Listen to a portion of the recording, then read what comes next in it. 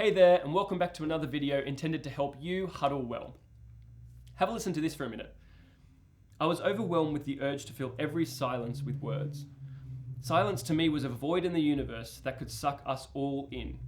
It was my assignment to block this deadly void with words and save the world. This comes from author Ayobami Adebayo. Now, you've probably had some sort of similar experience to this before. Maybe you've been here at church or at work at a party with family or friends, and you've had this moment where this awkward silence has just gripped the conversation. Maybe it's because you didn't know anyone. Maybe you didn't really know what to talk about. Maybe someone said something that was quite awkward and you just had no idea how to respond. Maybe it was just a random moment of silence. Or maybe you were even crossing that threshold from small talk to having a D&M and just didn't quite know how to navigate it. Whatever it is, it will more than likely happen in your huddle if you're a new huddle. But we just want to say that it's okay if it does. And so I guess we want to talk about today, what can we do if we do experience these moments of awkwardness in our huddles? Well, I think the best thing we can do is to give permission to each other to embrace these moments of awkwardness. Because most of the time, that's all they are. It's a fleeting moment.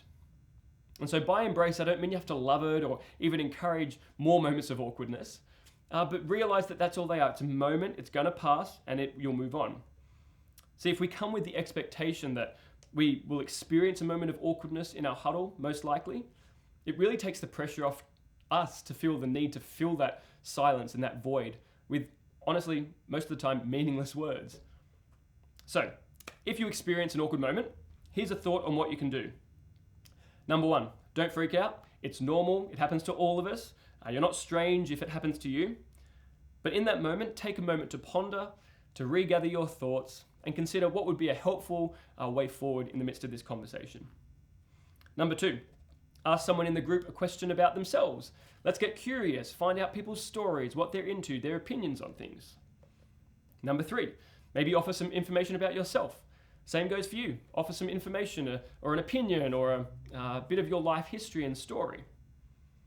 Number four, remember to be open-ended with your questions. That way you'll avoid the yes or no trap that we often get into when we ask a question.